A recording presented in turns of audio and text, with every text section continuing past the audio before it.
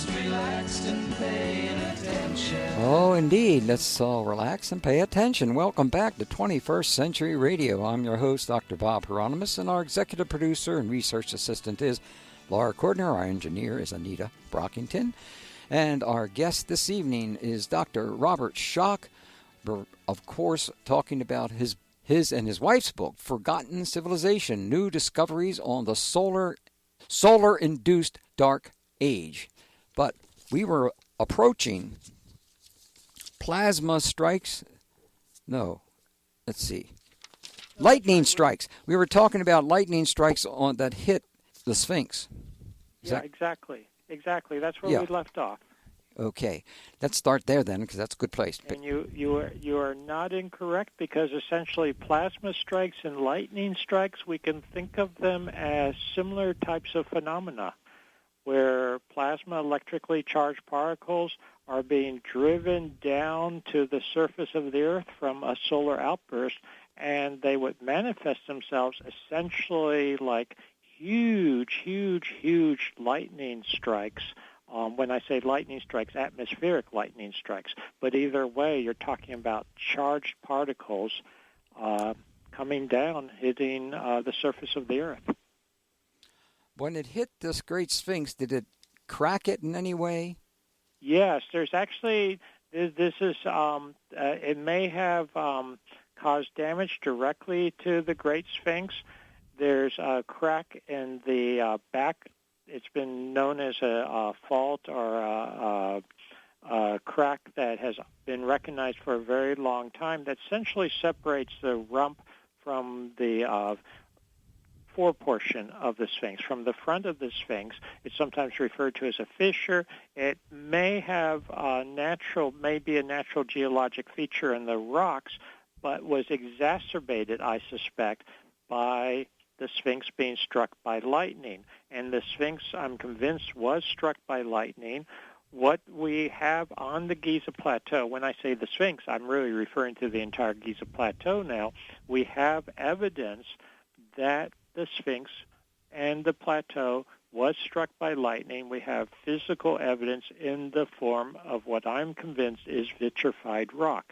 This is rock that was subjected to incredibly intense heat and pressure, but particularly heat.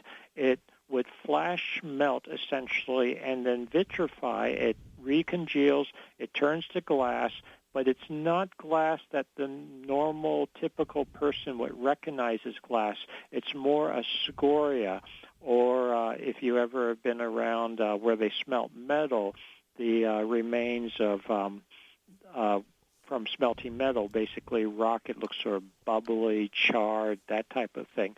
And you find this on the Giza Plateau. It's actually first pointed out to me a few years ago by a couple of my Egyptian colleagues, Yosef Alyan and Mohammed Ibrahim. And it was the first place they showed it to me was around the second pyramid. And we were walking around, and they said, well, what is this? What is this strange, sort of black area in the limestone bedrock? I must have probably walked over that many times before over the years as I've been going back and forth to Egypt, but you don't necessarily see things if you're not attuned to them, if you're not looking for that. Instead of looking up at the second pyramid, which is normally what I'd be doing, I'm not necessarily looking down the ground, and there's so many things to see, but they pointed out to me. I said, right away, that looks like vitrification, because I had started studying solar outbursts and what you would expect. So when you look at the plateau, you start to see this actual physical evidence. It is before the dynastic structures from 5,000 plus years ago have been built over it. This vitrification, you can see it in some of the well shafts. It goes deep into the bedrock, and it sort of forms tendrils or like a dendritic pattern. And if you've ever seen how atmospheric lightning strikes something, it forms these tendrils or these very typical patterns. And this is exactly what you see on the plateau, and it goes all the way. We've been able to trace, Katie and I have traced it from the second pyramid down east to the Sphinx, into the area of the Sphinx. Now, there's something called the inventory stela, which I'd been aware of for a very long time, but didn't always quite know what to make of it. The inventory stela was found on the Giza Plateau. It's an ancient Egyptian inscription on a limestone block, a stela, carved out of limestone. It goes back, and I don't disagree with the Egyptologists on this. It probably goes back 500, 600, 700 BC or something like that. So it's relatively recent from that perspective, but what it records is a much earlier text, and having studied it carefully, I'm convinced that it actually records a much earlier text, which the priests of 2,500 years ago, let's put it about 2,500 years ago, said was a text that goes back thousands of years earlier. When you look at the grammar and the hieroglyphic writing and whatnot, and this is something else that I discussed in Forgotten Civilization based on work that I did with my colleague Manu Safzadeh, analyzing the actual text, it is very convincing that, yes, this is a copy of a genuine inscription that goes back well over 4,000 years ago, 4,500, 4,600 years ago, and it talks at that time about the Sphinx already being very old and having been struck by lightning even earlier. So we have not only the physical evidence, but we have the textual evidence of the ancient Egyptians themselves that, yes, the Sphinx had been struck by lightning, and the pharaoh Khufu, or Cheops, had even gone to visit the Sphinx and see the damage that had been caused by this ancient lightning, which we'll now translate as not atmospheric lightning, but solar outbursts, the result of the solar outburst and the plasma discharges literally hitting the plateau and hitting the pre-existing structures at that time that had gone back to that earlier period on the plateau. He went and he visited and he looked at the, quote, lightning bolt or the thunderbolt. It also is referred to as a thunderbolt. Well, thunderbolts don't really survive, but what does survive is the remains of the vitrification, the charred rock, the vitrification, which is to be seen to this day. So I think that that's what he was looking at.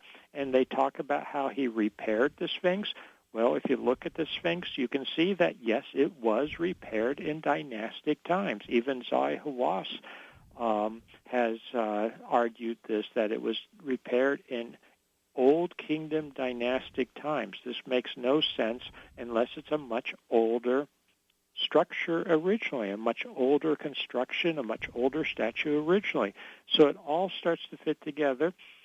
Something else I want to mention here is that why is the Giza Plateau sacred and special? Why is it held in such reverence by the ancient Egyptians? I think it's in part because they knew this is where the plasma had touched down. This is where solar outbursts had touched down.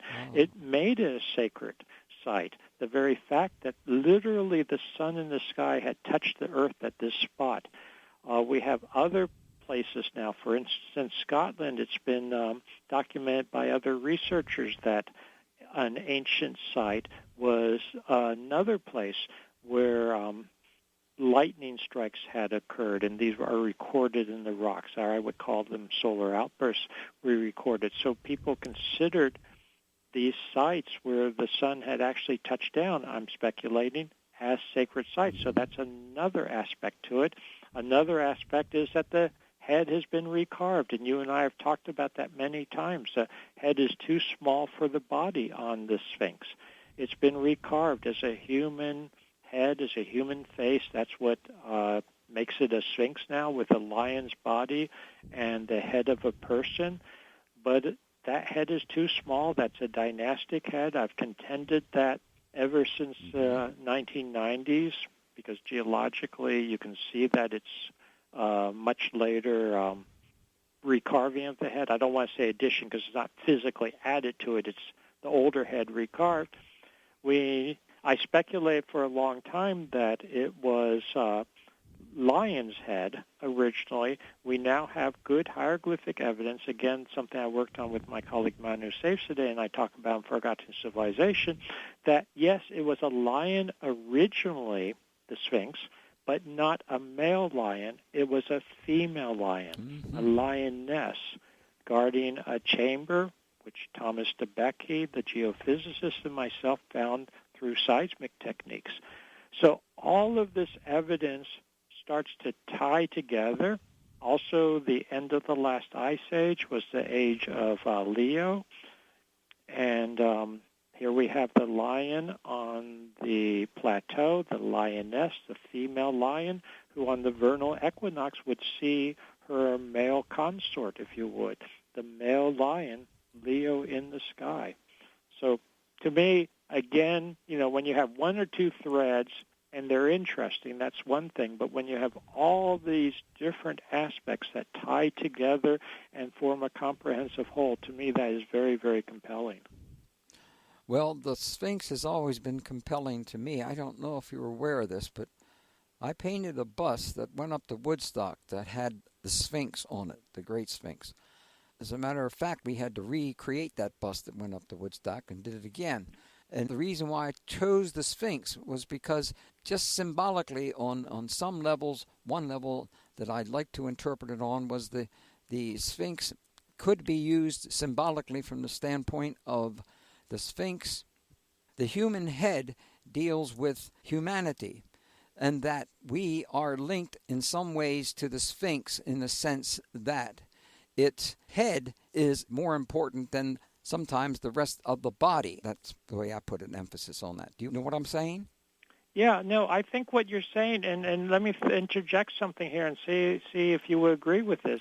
I think in many ways the Sphinx incorporates all these different aspects. I think the most powerful symbols can have multiple meanings, yes, and indeed. They can actually represent things that is so difficult to put in words. And one thing I see with the Sphinx, the Great Sphinx, and the concept of the Sphinx is it combines the aspects of humanity with nature, with the cosmos, Yes. with the divine, with the sun.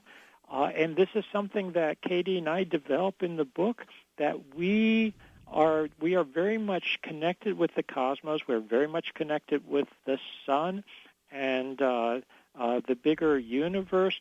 We actually talk about how the sun is primarily hydrogen. We now know that in a modern sense, but that hydrogen can encode information.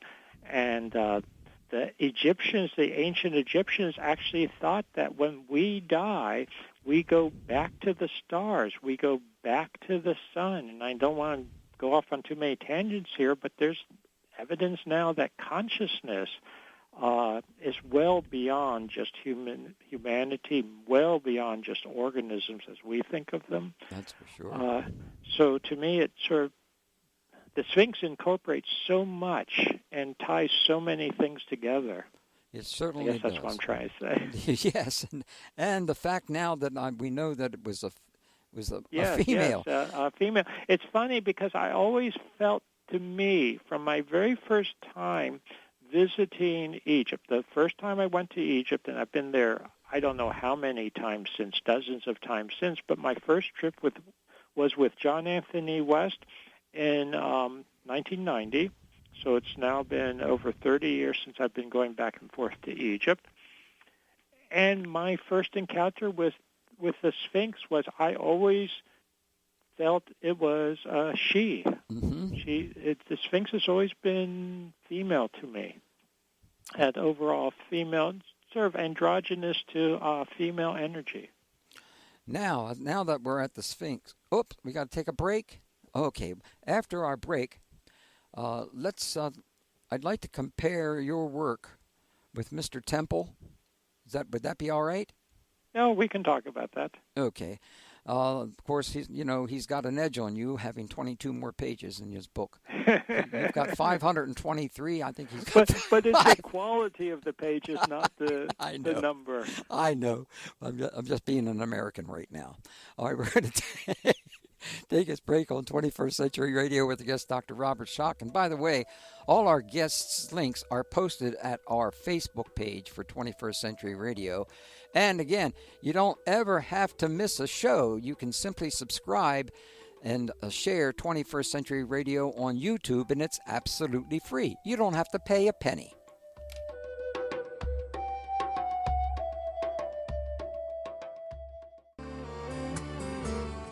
Hello, this is Edgar Evans Casey, the son of Edgar Casey, the famous psychic. This is 21st Century Radio, and I'm speaking with Dr. Bob Hieronimus. Do tell. Gosh, how many years ago was that? But 20 years ago? Edgar Evans Casey? Oh, it's good to hear from him again. And as a matter of fact, Dr. Robert Schoch mentions Edgar Casey a number of times in the book. I don't know if we're going to get a chance to talk about that right now. However, would you please compare your conclusions about the Sphinx with the conclusions reached by Robert Temple in his book with Olivia Temple called The Mystery of the Sphinx? And they're both published by Inner Traditions International. Well, you want me to talk about Robert Temple and his non-work? Yeah, well, there's a lot of problems with it. And even just there's a lot of problems, and it's very interesting. Yeah, sure. I mean, I've known many publishers. They've often told me in various fields that they like to have books, and they like to have books that don't necessarily agree with each other, et cetera, because then they have, they sell books on both sides of the aisle, so to speak. And you're right. Yeah. So, I mean, their business is to sell books, not worry about one agenda or another in some cases. But I'm not talking about agendas. I'm just talking about real science and real evidence. And I include, as you know, an appendix in Forgotten Civilization was the Great Sphinx surrounded by a moat. And this appendix is devoted to debunking, if I could use that term, and I hate that term. Let me not use that term. Let me say correcting Robert Temple's unfounded assertions and mistakes. And I have to be very blunt because Robert Temple's book is good for one thing, and that, in my opinion, is the illustrations. He has old archival photographs, that type of thing, in the book, and it may be interesting for that, but otherwise he honestly doesn't really know what he's talking about. And since you brought it up, I have to be very honest. He just doesn't understand the geology. He doesn't understand the iconography, etc. He contends, so I'll put it in a nutshell, and this is from his book, he contends that the Sphinx was originally Anubis, the jackal, if you would, or dog-headed, hound-headed god of dynastic Egypt, Anubis before it was recarved into a sphinx. I contend, as we just talked about, that it was a lion, and specifically a female lion, a lioness. He thinks it was Anubis. He thinks that it was surrounded by a moat, more or less that the area around the Sphinx was filled with water, and that's why you have the water weathering, not because of ancient rain, as he likes to call it, not because the Sphinx is older. So he claims that the Sphinx was originally Anubis, and that it just simply dates to dynastic times. So this just really does, and to use a really bad pun, it does not hold water. It does not hold water. When you look at it metaphorically, it does not hold water. But I'm a geologist, and so I'm going to be very literal.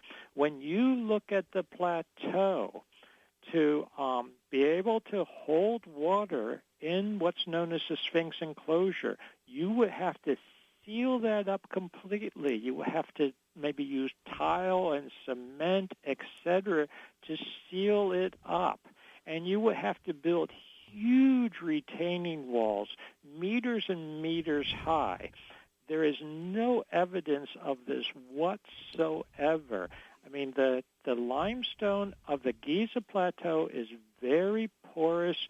It's full of cavities and underground caverns and whatnot. It literally will leak like a sieve.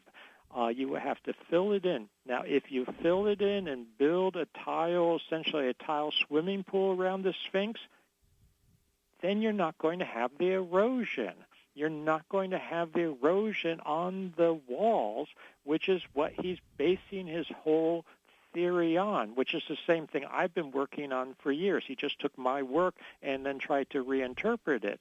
But am I making sense? Of course you are, because that was... I mean, it makes absolutely no sense whatsoever. Furthermore, it's not Anubis. It can't be Anubis. The body doesn't look like Anubis. He claims, for instance, that the body has a flat back, and, well, Anubis has a flat back. And if you look in Forgotten Civilization, the new edition, Katie and I include a picture of Anubis in another context on page 300. Yes, Anubis has a flat back, but that has nothing to do with the flat back of the current Sphinx. The reason it has a flat back at the moment is because it was highly weathered and it had hit a bedding plane. It was weathered down to a flat bedding plane. This is basic geology. Mm-hmm. Nothing to do with it once being Anubis. And if you reconstruct the head as he tried to reconstruct it, the head and the ears of Anubis and the snout of Anubis, I'm not convinced that if you had ever had that much stone there, that it could have supported the weight of the snout projecting out, etc. That particular limestone, knowing the competence of it, I'm also not convinced there was ever that much stone there to have had a head the size he is referring to. But even more telling, the iconography, the Sphinx faces east. It faces the rising sun. Anubis, who looks over the deceased, does not face the rising sun. The Anubis faces west.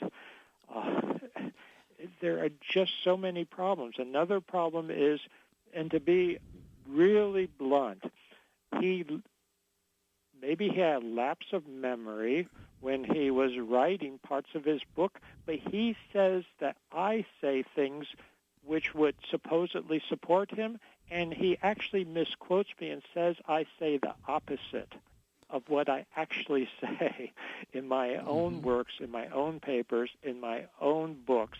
He, for instance, talks about how I say that it's more heavily eroded on one side and not the other side, when I didn't say that at all. I was talking about subsurface weathering. I don't want to get into a lot of geological details here, but there's just so many problems with his theory and the way he presents it and the evidence that he presents. I don't want to go off on too many tangents here. Well, and I think you covered the most but important things. It literally is riddled with holes, yes, and riddled with problems, and riddled with misinformation and misinterpretations and downright misrepresentation. So, because not only you, but so many people have asked me about over the years, that's why I felt compelled to include an appendix in Forgotten Civilization where I try to set things straight. Well, I'm so glad you did. Just the Anubis's head was it for me, because I'm very fond of Anubis, but I don't believe he has anything to do with the kind of things that that are going on at the Sphinx. Exactly. And just as you said, that's what I call it, the nozzle or the front part of the head. The nozzle or the snout, the nose. It couldn't possibly hold up. It couldn't. It would have fallen apart. At the scale he's talking about, I know the rock well. I love geology. I respect the rocks, but you have to work within the confines of the strength of the rock, etc. And Anubis is not going to be facing east, the rising sun every morning. Well, then just does not work. But the main thing is this whole moat theory. Just on that basis, it could not hold a moat. And if you had as I said, lined it like you would a swimming pool in modern times to hold water, then the erosion wouldn't occur. Don't you think that he said that because it endears him to the people such as Zahi Hawass and others? Oh, well, I don't want to put motives, give him motives, but let me put it more generally. Saying what other people want to hear, other people in authority, I think all of us know this, that does endear you to them. And I was reading an article recently, actually Katie and I were discussing this recently, an article that was being, where an academic, a Ph.D., was discussing how archaeologists working in various countries around the world, be it Egypt or Turkey or India or Indonesia, etc., they will very often not say anything that would go against what the authorities want to hear. And they will sometimes sort of, how should we say, manipulate their data or at least give it a spin that is what the authorities want to hear. And in Egypt right now, the authorities want to hear the conventional story that the Sphinx goes back to 2500 BC, end of story, and that's it. Yeah. Now, I think, and I've always, you personally know, I think, I'm sure you know this, I feel that we need to go on the basis of the evidence, the hardcore evidence.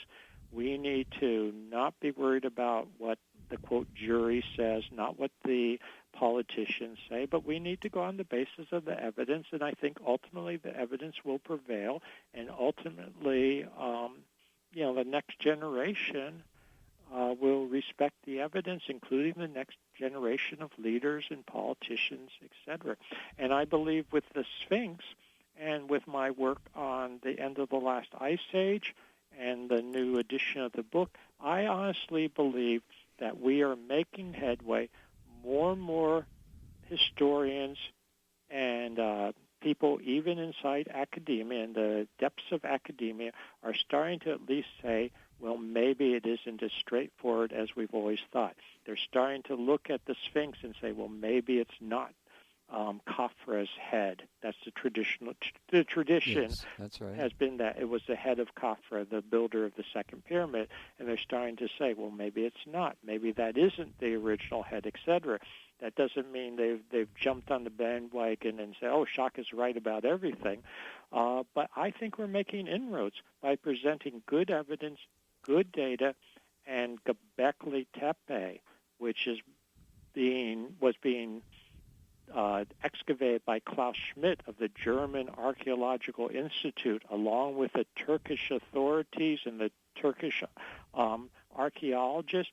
There is no doubt that this is incredibly sophisticated, goes back to this very early period. We'll just use round numbers, 10,000 BC, and at this point you can't deny it.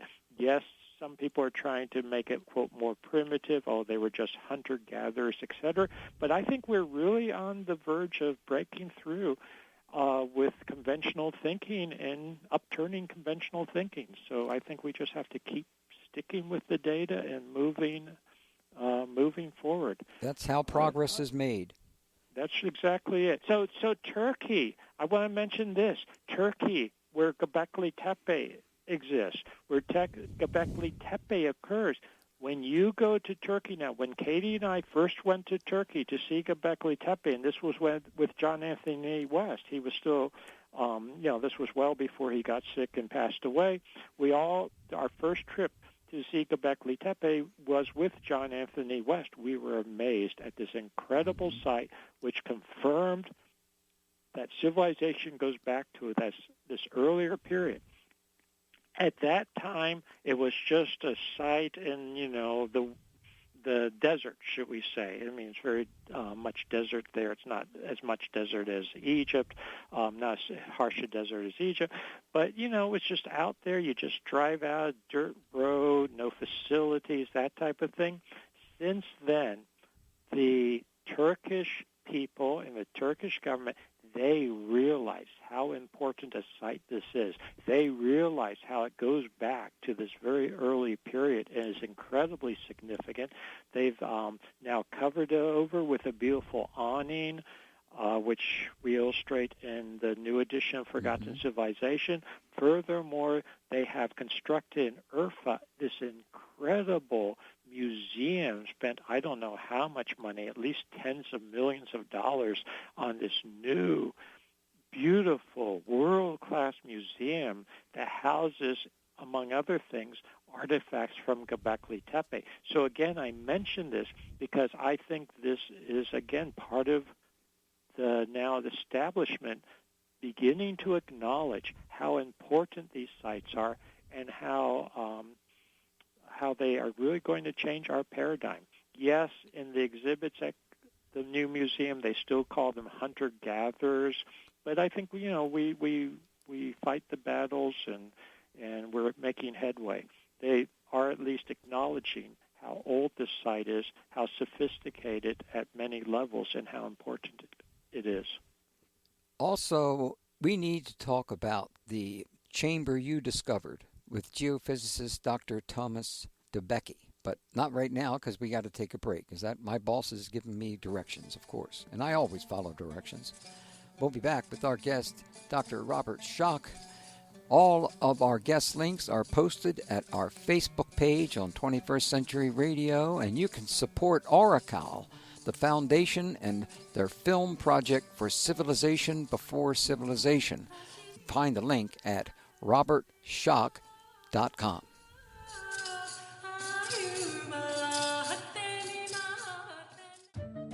Hi, this is Stephen Schwartz, and it's a pleasure to be here tonight talking with Bob Hieronimus on one of the most exciting radio programs that I know in the country. 21st Century Radio is really a place where you will get good information from things that matter in your life and that will give you an insight into who you are and why you're here.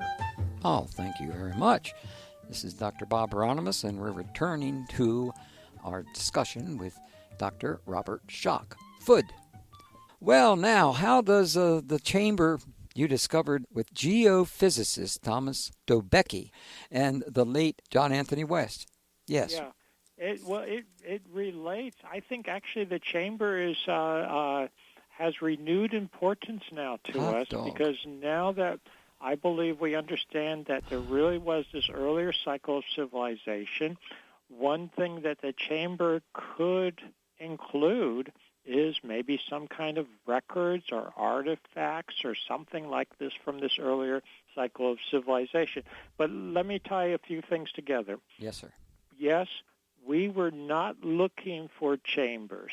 We were not looking for buried treasure or anything else like that. This was in the early 1990s, some of our earliest work on the Sphinx.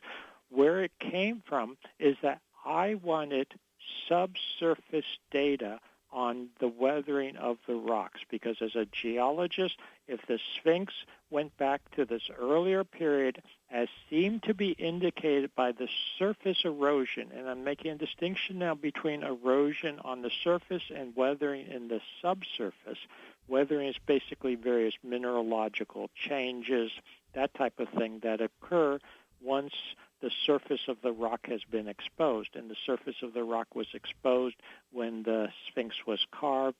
It sits in what's known as enclosure, or the Sphinx ditch, because the body of the Sphinx is carved from the actual bedrock, so they had to carve down into the bedrock. For people who've not been there to Egypt and seen the Sphinx firsthand, they might not realize that to see the Sphinx, to see the body, you actually look down into the Sphinx enclosure, as you well know. So what Thomas Dobecki and I were doing was we were using geophysics. Some people think we were using ground-penetrating radar. No, we were using another type of geophysics. We were using seismic, low-energy seismic, basically hammering on a steel plate to put energy or sound into the rocks, which can then penetrate the rocks to quite a depth and we pick it back up with geophones, and by essentially the way it bounces around in the rocks, you can model how deep the weathered layers are, this type of thing. And that helped confirm, or not only helped confirm, but absolutely confirm that, yes, the core body of the Sphinx goes back to a much earlier period. Calibrating it, and I talk about this in my published papers, calibrating the subsurface weathering confirms that goes back to the early 10,000 BC period for the origins. So that's why we were doing it. Along the way, we found a couple of chambers under the Sphinx. We found a chamber under the rump of the Sphinx. We found a chamber under the left paw of the Sphinx. And we found what looks like sort of a collapsed tunnel-type feature that runs from the front of the Sphinx towards the west to the back of the Sphinx, and then must continue, beyond into the plateau. And this is actually illustrated with a subsurface map based on our seismic work, and it's now in the second edition of Forgotten Civilization if people actually want to see a diagram of this. But what is important is we found these chambers. It turns out, unbeknownst to us, Zai Hawass and the Egyptian authorities already knew about the chamber under the rump of the Sphinx. So it was great confirmation that our seismic techniques were giving good data. Oh. And that's important to me as a scientist. Yeah. Now, it turns out that under the left front paw, we found a chamber which is even more regular, gives more indication that it's absolutely carved by humans. It's very regular and rectangular. Zai Hawass immediately said, there's no chamber there. There's no chamber there. Well, our data was no good. I don't know how it was that our data was no good at the front of the Sphinx, but it was good at the back of the Sphinx when it confirmed what they already knew. So that was a little irony. You see the point there. Sure. I think a little, how should we say, hypocrisy, because I think they had other agendas, which is they didn't particularly want a chamber under the left paw of the Sphinx. Why? Because unbeknownst to Thomas DeBakey and I, at the time, Edgar Cayce, the great American psychic, had suggested there was a hall of records around the Sphinx and around the paws of the Sphinx.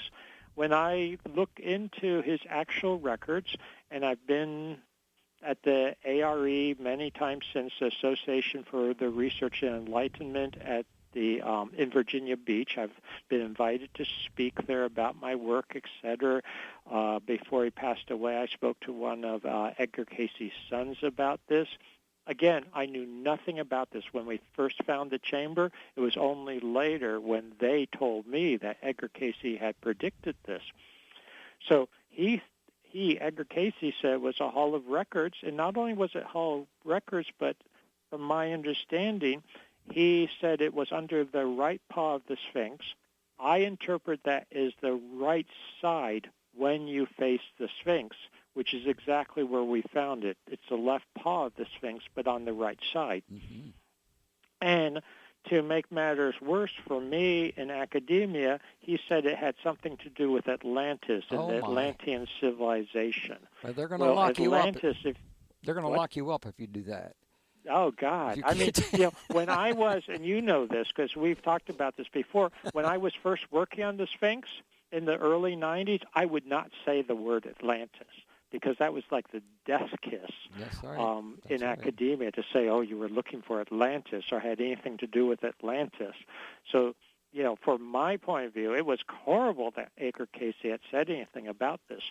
But he was basically right that, how did he know? I don't know. Was it just lucky coincidence? I don't know. But he predicted a chamber around that area. Furthermore, it's supposed to be the Hall of Records for Atlanteans or whatever. Well, let's talk about Atlantis. Plato talks about Atlantis. For Plato, Atlantis is an advanced civilization that collapses in essentially a day because of natural catastrophes, and according to Plato's chronology, turned into our modern chronology. When you convert it, that happened about 9600 BC. To me, that is essentially the same as the end of the last ice age, 9700 BC. I will give him a century to be off by a century, or maybe we're off by a century. I think he was off by a century, but he was just talking in round numbers. He wasn't even trying to pin it down exactly, Plato. So Atlantis could represent, in fact, for many people, including John Anthony West and myself, because we talked about this quite a bit, Atlantis was more a metaphor, or should we say a catch name, for an earlier advanced civilization before the end of the last ice age. Plato talked about it. We now have evidence for it.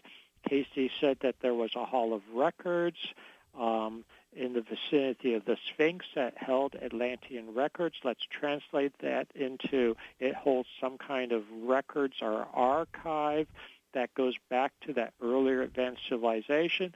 Now, one more piece I want to mention quickly is that with the work of Dr. Manu Safzadeh and myself and Robert Bouval, interpreting that the Sphinx was originally a lioness, the lioness Mehit or Mehit. She was a guardian of an archive. The ancient Egyptians in dynastic times and before 2500 BC, going back at least 3000, 3100 BC, and among the earliest hieroglyphs, they talk about this statue on the plateau, which was guarding an archive, which I believe is the chamber under the Sphinx. Oh. So it starts to, again, all tie together. All these, what seem to be disparate threads initially, tie together that, yes, there really is an archive, a chamber under the Sphinx that Thomas DeBecke and I found seismically. To my best of my knowledge, it has not been entered. There's lots of rumors about that. I won't get into that now. At least there's no overt evidence. But I'm convinced it's there, and I'm really curious to see what it holds, and I suspect it goes back to this much earlier period. We're almost out of time, but I did want to go back just a little bit to tell us about the discovery of the genuine writing some 12,000 years ago at Göbekli Tepe. Tepe, yes. This is very exciting because what you have on the pillars of Göbekli Tepe and what's known by, it was numbered pillar number 18 when they excavated the site at Göbekli Tepe of Enclosure 10. That's the technical name for Enclosure 10, pillar 18. That's one of the most famous ones. We have several illustrations of it in Forgotten Civilization. It has a wonderful belt. It literally has a belt. It's an anthropomorphic pillar, human-shaped pillar. It has arms. It has a belt. It has a loincloth. We think, Katie and I think it actually represents Orion in the sky, which for the later Egyptians was Osiris. But on the belt, what Manu Safzadeh and I interpreted as the first word that we recognized based on later Anatolian or Hittite, or they're sometimes known as Luwian hieroglyphs. We are out of time. I'm so sorry. We're out of time. Folks, we'll see you again on 21st Century Radio next week.